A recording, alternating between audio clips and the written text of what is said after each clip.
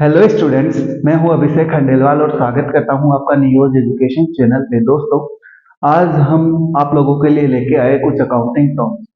इस वीडियो के अंदर हम लोग अकाउंटिंग टर्म्स को स्टार्ट करने वाले हैं। यहाँ पे आपको एक पर्टिकुलर अकाउंटिंग टर्म्स बताई जाएगी जिससे रिलेटेड आपके जो भी डाउट है वो यहाँ पे क्लियर हो जाएंगे और विद एग्जाम्पल उसका सोल्यूशन आप लोगों को बताया जाएगा। तो दोस्तों, अगर अभी तक आप लोगों ने चैनल को सब्सक्राइब नहीं किया है तो सबसे पहले चैनल को सब्सक्राइब कर दे और बेल आइकन को प्रेस कर दे ताकि जैसे ही वीडियो अपलोड हो तो आप लोगों के पास नोटिफिकेशन आ जाए। दोस्तों, बहुत बार ये डाउट रहता है कि सर ये जो अकाउंटिंग टर्म्स आती है, या मेरे पास भी बहुत सारे क्वेश्चंस आते हैं बच्चों के कि ये जो अकाउंटिंग टर्म्स होती है इनको हम लोग और अच्छे से कैसे तैयार कर सकते हैं। तो यहाँ इन वीडियोस के अंदर अब आप लोगों को पर्टिकुलर एक टर्म मिलने वाली है जिस टर्म का पूरा एक्सप्लेनेशन आप लोगों के पास रहेगा ताकि आप लोगों का जो भी डाउट है वो क्लियर हो जाए। तो हम लोग स्टार्ट करते हैं। हमारी जो आज की टर्म्स है वो है कैपिटल। कि कैपिटल होती क्या है। आज की जो हमारी टर्म्स है वो है कैपिटल। सबसे इंपॉर्टेंट टर्म्स है कैपिटल। अगर हम लोगों ने इस कैपिटल को समझ लिया तो आगे हमारे बहुत दिक्कत कम हो जाएगी। देखो, कैपिटल जिसको हम लोग बोलते हैं पूंजी। अगर मैं आप लोगों को सिंपल सी लैंग्वेज में समझाना चाहूँ तो एक बिजनेस है, उस बिजनेस के अंदर जो बिजनेस का ओनर है, जो भी पैसा या जो एसेट लगाता है वो कैपिटल कहलाता है। फिर से मेरी बात को अच्छे से समझना। कोई भी बिजनेस है, उस बिजनेस के अंदर जो उसका ओनर है वो चाहे कैश या कोई एसेट लगाए तो ये क्या कहलाती है? कैपिटल। समझते हैं कैसे। देखो, यहाँ लिखा हुआ है amount invested by the owner in the firm is known as capital. मैंने आप लोगों को यही बोला कि जो अमाउंट इन्वेस्टेड है ओनर के द्वारा फर्म के अंदर, it is known as capital. I hope आप लोगों को ये समझ में आ गया होगा। फिर it is the amount invested by the proprietor in business. यहाँ पे मैंने सेकंड डेफिनेशन लिखी है कि जो amount invested by the proprietor, कि जो अमाउंट इन्वेस्ट किया गया है किसके द्वारा? प्रोप्राइटर, मतलब जो बिजनेस का ओनर है, वो क्या कहलाती है? कैपिटल। आई होप आप लोगों को कैपिटल का मतलब समझ में आ गया होगा। तो बहुत सारी इंफॉर्मेशन क्या है वो भी हम लोग देखते हैं। देखो, it may be brought in the form of cash, सबसे इंपॉर्टेंट चीज है ये। और एसेट्स बाय द ओनर, ये किस फॉर्म में हो सकती है? कैश के फॉर्म में भी हो सकती है और एसेट में भी हो सकती है। अगर बिजनेस के अंदर ओनर कोई भी कैपिटल लाता है तो वो कैश भी हो सकती है या एसेट भी हो सकती है। कैसे हो सकती है?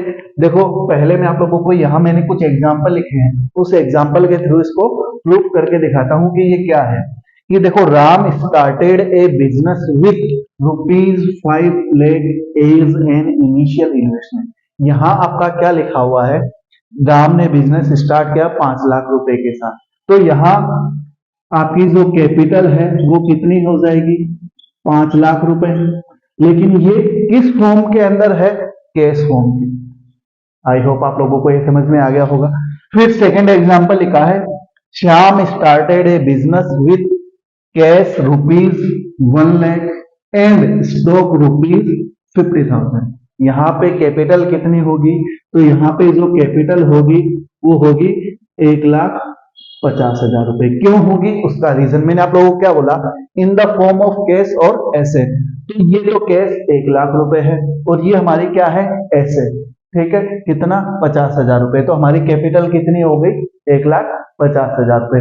मतलब ओनर ने बिजनेस के अंदर 1.5 लाख रुपए लगाए हैं। Third example, x started a business with ₹1,50,000 and furniture 5 lakh।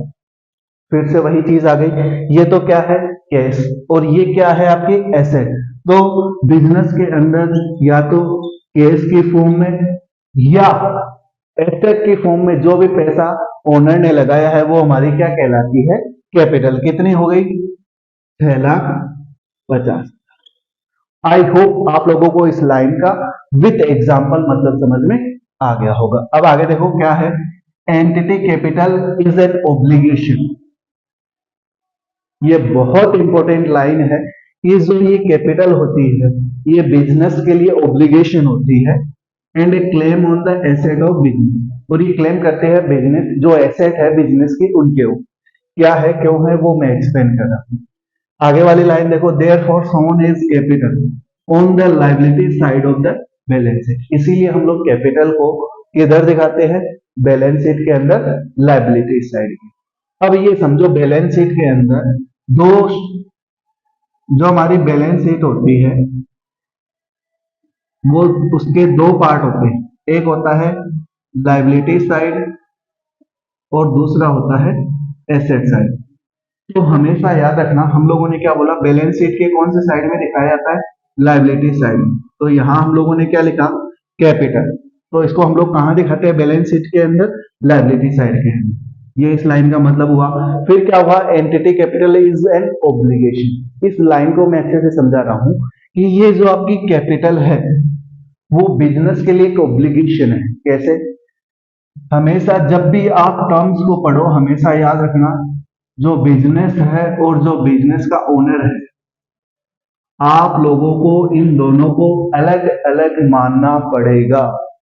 अगर आप इन दोनों को एक मानोगे तो कभी भी आप एक्चुअल प्रॉफिट या एक्चुअल बिजनेस की सिचुएशन का पता नहीं लगा पाओगे। इसीलिए हमेशा याद रखना बिजनेस और जो ओनर है वो दोनों अलग अलग है।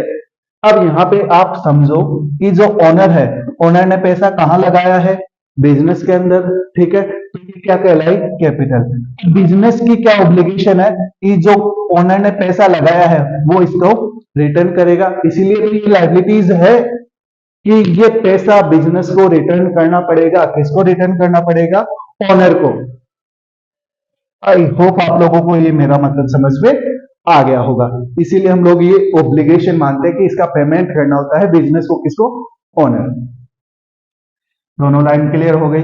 फिर है नॉन एज। देखो जो कैपिटल है उसको हम लोग और कौन कौन से नाम से जानते हैं, ओनर्स इक्विटी, नेटवर्थ और नेट एसेट्स के नाम से भी हम लोग इसको जानते हैं। नेक्स्ट पॉइंट आपका है this amount is increase by the amount of profits earn in the amount of additional capital introduce. जो हमारी कैपिटल है उसको हम लोग कैसे इंक्रीज कर सकते हैं, इसके द्वारा, प्रॉफिट के द्वारा जो हम लोगों ने अर्न किया है, और या एडिशनल कैपिटल लगा के हम लोग इस कैपिटल को इंक्रीज कर सकते हैं। बहुत अच्छे से सुनना कि ये जो आपकी कैपिटल है इसको हम लोग कैसे इंक्रीज कर सकते हैं, जो भी हम लोग प्रॉफिट कमाए उसके द्वारा, या एडिशनल कैपिटल के द्वारा हम लोग क्या कर सकते हैं, उसको इंक्रीज कर सकते हैं। अब मेरी बात को अच्छे से समझना। एडिशनल कैपिटल का मतलब क्या होगा, बिजनेस स्टार्ट किया तब कुछ पैसा लगा दिया बिजनेस के अंदर, फिर बाद में बिजनेस को और रिक्वायरमेंट हुई तो ओनर ने और पैसा लगा दिया। जो और पैसा लगाएगा वो हमारी कहलाती है एडिशनल कैपिटल। आई होप आप लोगों को समझ में आ गया होगा, ठीक है। फिर आगे मैंने क्या लिखा हुआ है, it is decreases by the amount of losses. और ये कैसे डिक्रीज होती है, अगर आपको लॉस हुआ है या अमाउंट विड्रॉन, या आप कुछ पैसा बिजनेस से क्या कर लेते हो, विड्रॉन कर लेते, तो आपकी कैपिटल क्या हो जाएगी, अच्छे से सुनना। कैपिटल कब इंक्रीज हो जाएगी, प्रॉफिट या एडिशनल कैपिटल आप इंट्रोड्यूस करते हो, और अगर लॉस होता है और या पैसा विड्रॉ कर लेते हैं तो आपकी कैपिटल क्या हो जाएगी, कम हो जाएगी। तो बहुत बार इस इक्वेशन से आप लोगों को क्वेश्चन देखने को मिलता है कि आप लोगों को बोल दिया जाता है कि कैपिटल, क्लोजिंग कैपिटल कैलकुलेट करो, ओपनिंग कैपिटल कैलकुलेट करो। तो यहाँ पे ये जो चीज मैंने लिखी है बहुत इंपॉर्टेंट चीज है, जिसके द्वारा आप लोग पता लगा सकते हो कि हम लोग कैपिटल को कैसे कैलकुलेट करें, ठीक है। फिर एक इक्वेशन दे रखी है कि capital equal to asset minus liabilities. अगर हम लोगों को क्या कैलकुलेट करनी हो कैपिटल, तो हम लोग कैसे कैलकुलेट करेंगे, एसेट माइनस लायबिलिटी। अब इस इक्वेशन को हम लोग कैसे समझ सकते हैं, कि एग्जांपल के थ्रू आप लोगों को समझाता हूं कि जैसे मान लो जो स्टॉक है वो 50,000 रुपए का है, ठीक है, और हम लोगों ने क्या किया, फर्नीचर परचेज कर लिया, वो भी कितने का, 50,000 रुपए का, और हमारे पास कुछ क्रेडिटर्स हमारे हैं 30,000 रुपए के, अब आप लोगों को क्या कैलकुलेट करने के लिए बोला गया है, कैपिटल। तो यहाँ पे पहले तो हम लोगों को ये समझना होगा कि जो स्टॉक है और जो फर्नीचर है वो हमारी क्या कहलाती है, एसेट। एसेट होती क्या है, एसेट हमेशा याद रखना, जो बिजनेस को प्रॉफिट अर्न करने देती है वो हमारी एसेट कहलाती है। भाई अगर आप बिजनेस के अंदर कुछ लगा रहे हो तो उससे आपको बदले में क्या मिलेगा, पैसा या रिटर्न या प्रॉफिट मिलेगा। तो ये प्रॉफिट अर्न करके दे रही है। भाई स्टॉक क्यों लगा रहे हो, फर्नीचर क्यों लगा रहे हो, क्योंकि ये आपको रिटर्न में प्रॉफिट दे रही है, वो हमारी क्या कहलाती है, एसेट। तो ये हमारी क्या है, एसेट। और क्रेडिटर्स, क्रेडिटर्स मतलब जिनको पेमेंट करना है, तो ये हमारी लाइबिलिटीज हो गई। एसेट क्या हुई, 50 प्लस 50 1 लाख रुपए, और लाइबिलिटीज कितनी है, 30,000 रुपए। तो 1 लाख में से आप लोग 30,000 लेस कर दोगे तो कैपिटल कितनी आ गई आपकी, 70,000 रुपए। ठीक है, तो ये आपकी इक्वेशन है जिसको हम लोग इस तरीके से सोल्व करें। तो आई होप आप लोगों को कैपिटल का पोर्शन या ये जो टर्म्स है बहुत अच्छे से समझ में आ गई होगी। फिर भी अगर कोई डाउट रहता है तो आप हमें कमेंट के माध्यम से पूछ सकते हैं। तो दोस्तों, अगर आप लोगों को वीडियो अच्छा लगा हो तो वीडियो को लाइक करें, चैनल को सब्सक्राइब करें और दोस्तों के साथ ज्यादा से ज्यादा शेयर करें। Thank you.